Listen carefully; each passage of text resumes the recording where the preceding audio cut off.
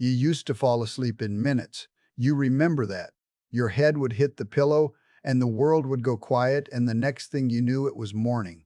That was 20 years ago, maybe 30. Now the sleep takes an hour to arrive, sometimes longer.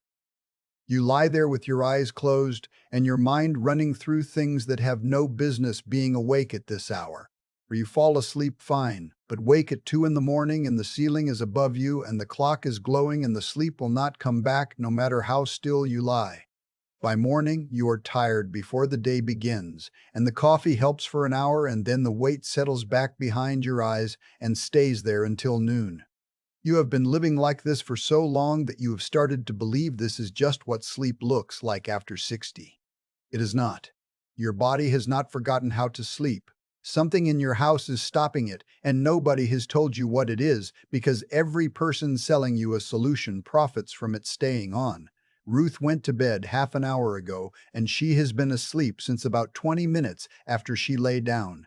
She always is by this time of the evening. She has done this every night for 40 years. No pill, no sound machine, no special pillow, no app on a telephone telling her when to breathe. She walks to the bedroom. She lies down in the dark, and she is gone. 20 minutes, every night, for 40 years. And she would tell you there is no trick to it if you asked her, because to her there is nothing to explain. The dark comes, the body follows, and the sleep is there waiting, the way it has always been waiting. You are not sleeping like that. I know because you are watching this, and the people who sleep well do not search about sleep at 11 o'clock at night. You are lying in bed with a screen in your hand and a light on the ceiling and the television murmuring from the other room. Your body is confused about whether the day is over because every signal in your house says it is still going. The sun went down 3 hours ago, but your eyes have not seen the dark yet. The brain that should be winding down is still processing light, still reacting to the screen, still running on alert, and you wonder why sleep does not come the way it used to, the way it came when you were young. Back then the world got dark and stayed dark, and nobody had to guess whether the day was finished. Maybe you have tried things. A pill from the pharmacy, a supplement from the health food store, a sound machine that plays rain on a tin roof. Maybe you have tried the weighted blanket, or the special pillow, or the app that tracks your sleep cycles and reports them to you in the morning like a grade on a test. None of it worked the way you hoped, because none of it addressed the one thing standing between you and the sleep your body already knows how to produce: the light. The light was the problem the whole time, and nobody told you because everybody selling you a solution profits from the light staying on. It used to come easily.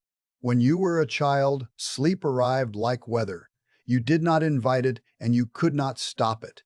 It came because the dark came, and the dark was real, and there was nothing in the house fighting against it. No screen glowing on the nightstand, no bright light humming in the hallway, no reason to be awake past the hour the body decided it was done. That sleep still lives inside you.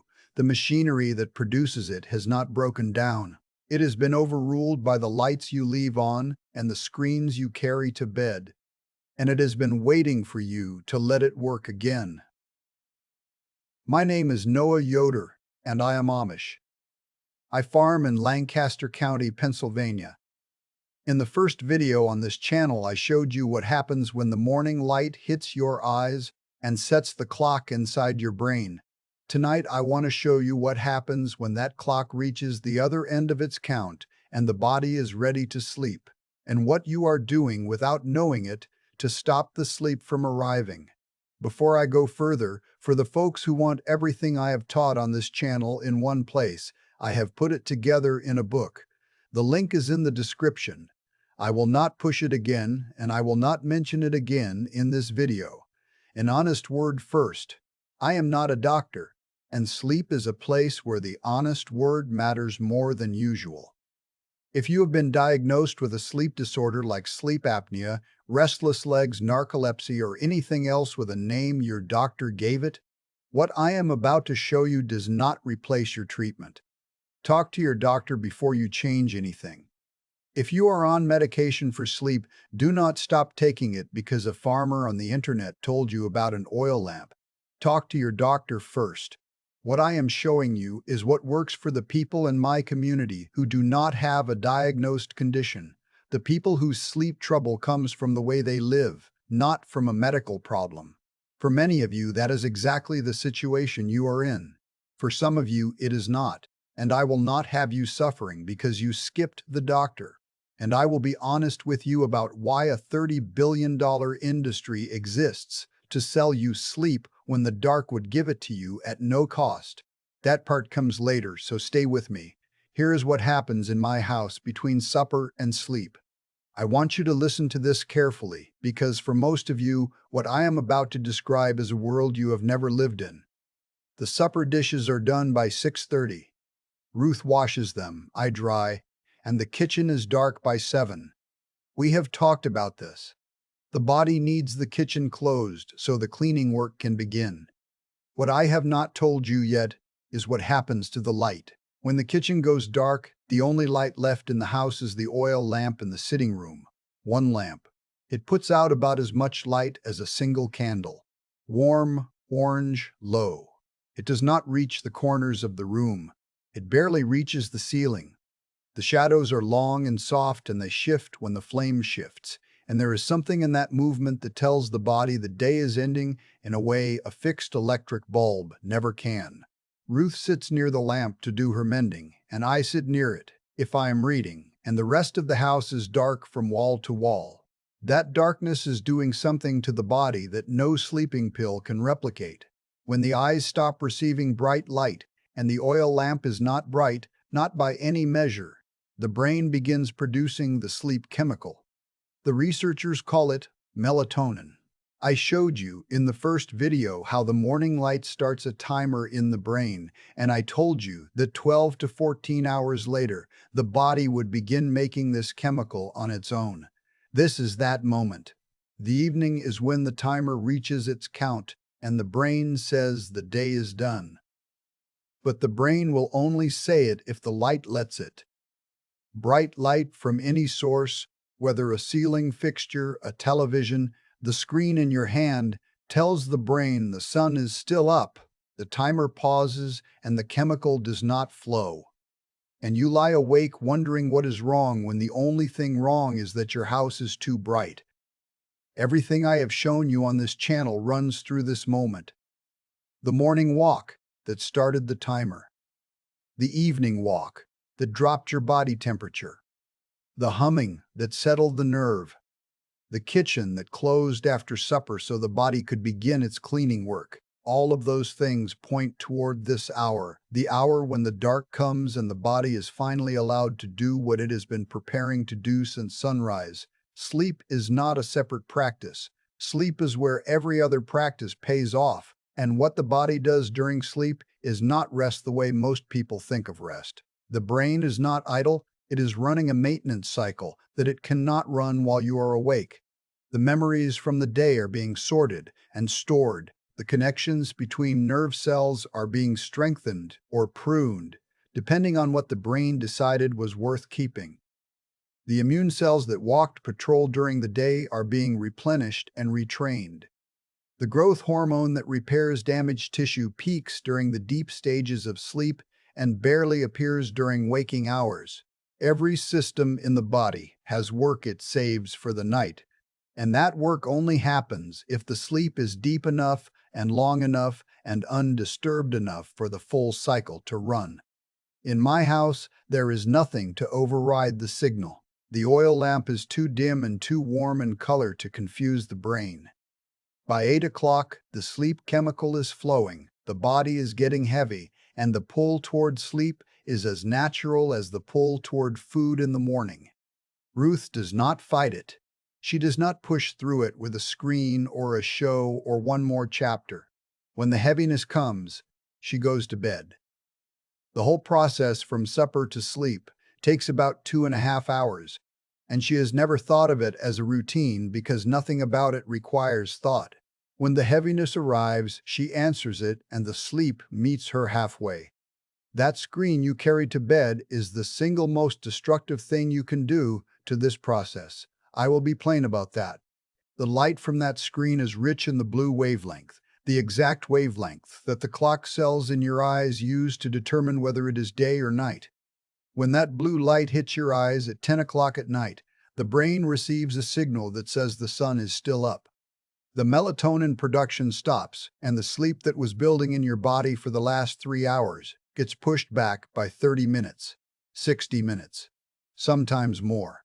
You put the screen down at 11, you close your eyes, and you wait. And the waiting feels like insomnia. But what you are experiencing is something different. The brain following orders from a light source that lied to it about the time of day. In all her years, Ruth has never held a screen in bed. She has never seen one. The last light her eyes receive before sleep is the warm glow of the oil lamp as I turn it down. Then there is nothing but the dark and the sound of the frogs in the pond through the window screen. Her brain has never received a false signal about the time of day. The timer in her head has run clean every night for her entire life, and the sleep chemical has arrived on schedule every single time. That is why she sleeps the way she sleeps. Not discipline, not genetics, not luck, darkness. I want to be clear about something here. The darkness is not a sacrifice for us. We do not sit in the dark feeling deprived and wishing for a light. The oil lamp gives us everything we need for the last hour of the day, and the darkness that follows it feels like a gift, not a punishment. The body wants the dark, the way it wants water when it is thirsty. You do not have to convince it. You just have to stop giving it light, and the dark does everything else. Your bedroom matters too. When you fall asleep with a light on in the hallway, or with the glow of a clock on the nightstand, or with the standby light on the television blinking in the corner, the brain registers it. Even through closed eyelids, the light reaches the clock cells and sends a dim signal that says the day might not be over. The sleep you get in a room with any light in it is shallower than the sleep you get in total dark. The researchers who have measured this found that people who slept in rooms with even a small amount of light had higher heart rates, worse blood sugar numbers, and less of the deep sleep the body needs for repair. The difference between a dark room and a room with a nightlight was measurable and significant. My bedroom has no electric light because my house has no electricity. There is no clock on the nightstand because we do not own a clock that glows. There is no standby light on anything because nothing in the room plugs into a wall.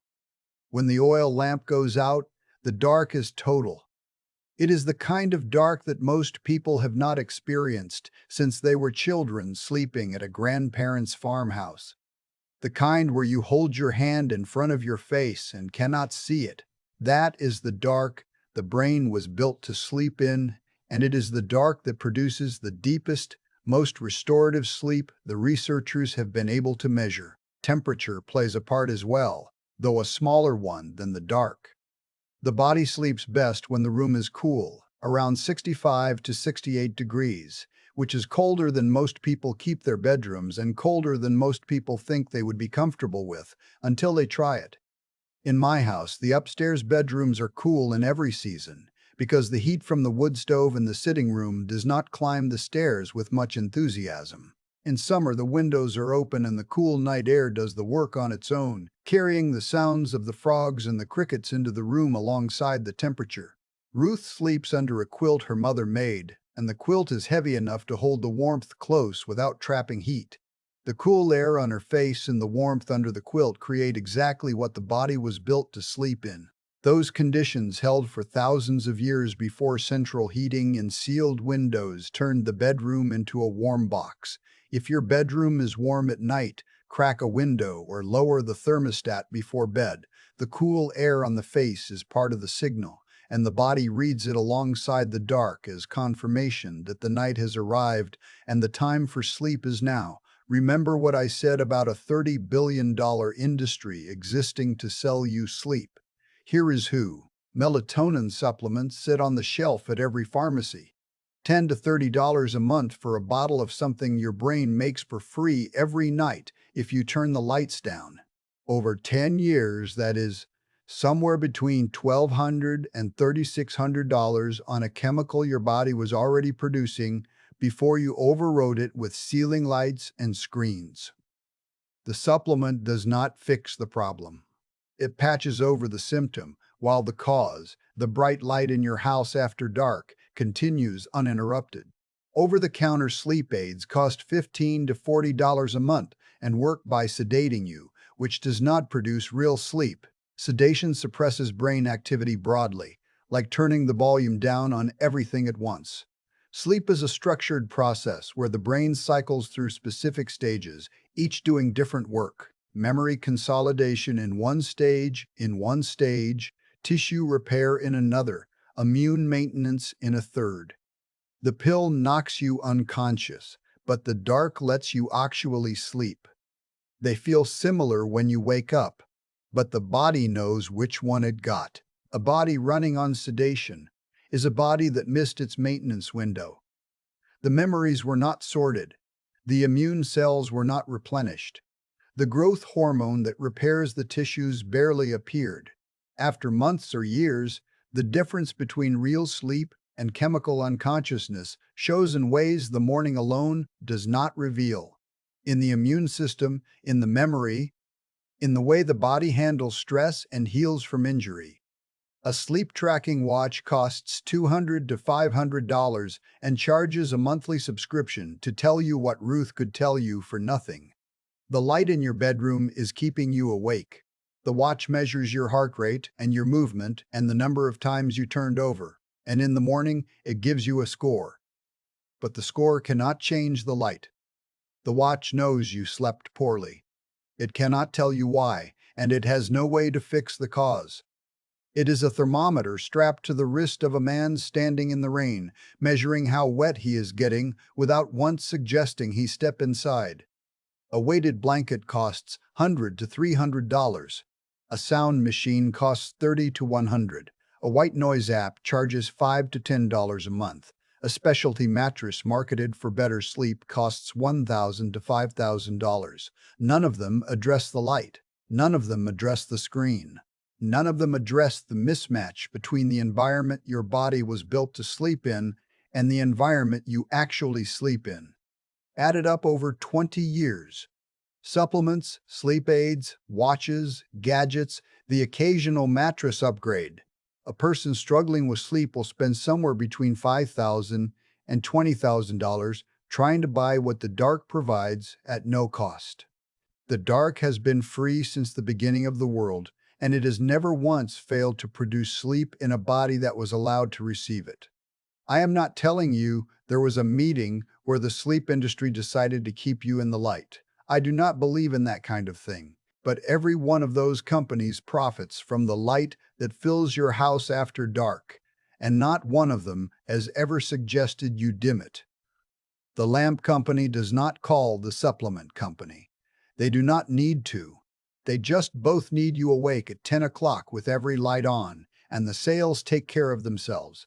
Your doctor is a good person inside a system that has a billing code for a sleep study at $2,000 per night, but no code for dimming the lights at 8 o'clock.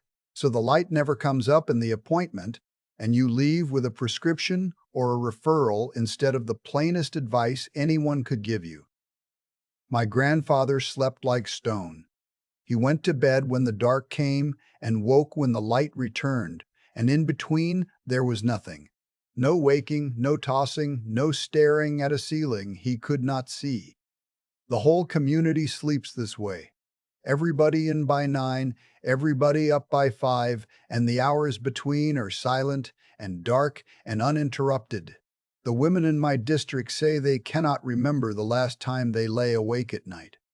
They say it the way you might say, you cannot remember the last time you forgot how to breathe. The question sounds strange because the answer has never changed.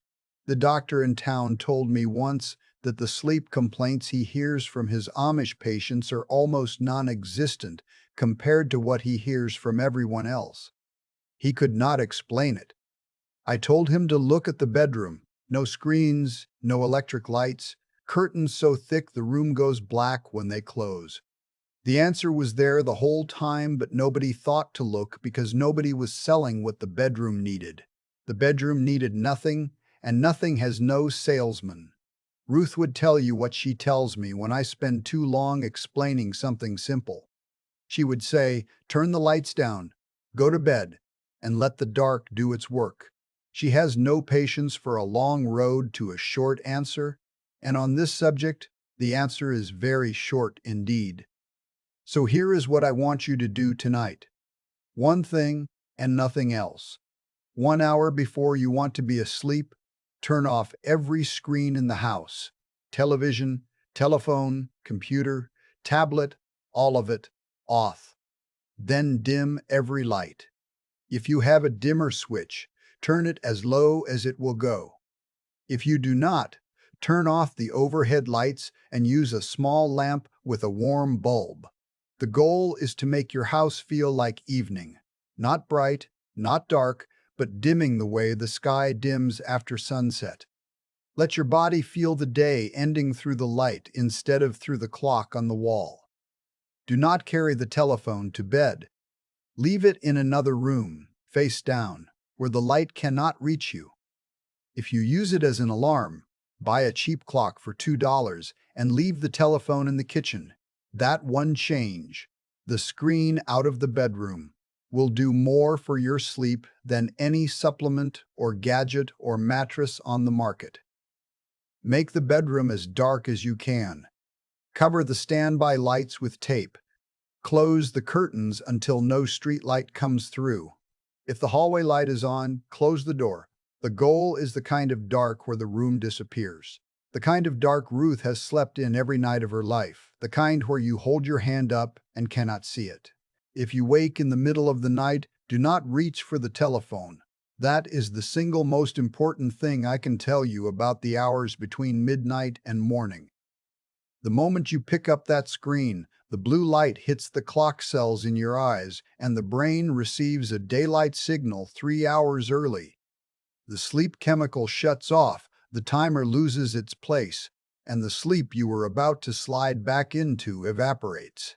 Lie still instead. Keep your eyes closed or open them in the dark. It does not matter, because the dark will not wake the brain the way the screen will. The sleep usually returns within 10 or 15 minutes if you let the dark hold you. Most middle-of-the-night waking is not a problem.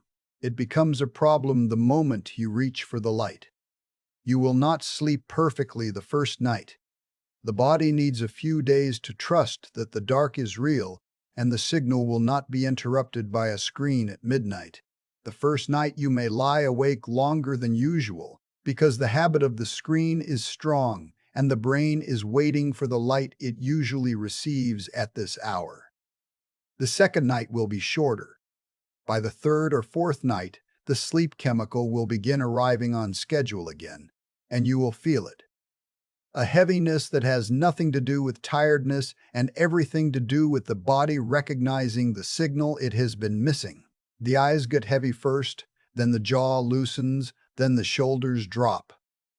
It feels like sinking into warm water, except the water is the dark and the sinking is the brain letting go of the day. This is what Ruth feels every night at 8:30, and it is what your body has been trying to feel for years. The machinery was never broken, the signal was just blocked, and now it is getting through again.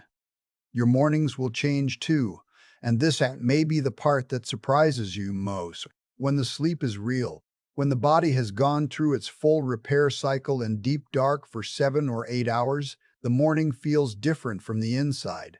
The alarm you set does not wake you because you are already awake.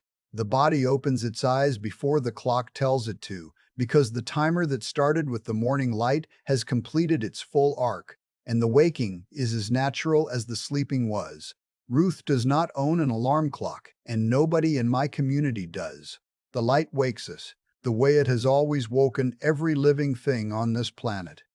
And the sleep that preceded it was deep enough that the waking comes easily, without grogginess, and without the feeling of being dragged out of a hole that most people describe when their alarm pulls them from shallow, broken sleep. Once you have felt that pull, once you have lain down in true, dark, and felt sleep arrive on its own, you will understand what Ruth has known her whole life. The sleep was never broken, and the dark was never missing. You just stopped letting it in. Tell me in the comments what your bedroom looks like tonight. Every light, every screen, every glow. And tell me what time the last screen goes off in your house. I want to know where you are starting from. I read every single one. Next time, I am going to show you what cold water does to a nerve that runs from your face to your heart, and why every morning starts at the pump handle on this farm. Ruth says the sound I make when the water hits could wake every cow in the barn. She is probably right, but so is the water. What your body needs has not changed in 10,000 years. Only what they sell you has changed.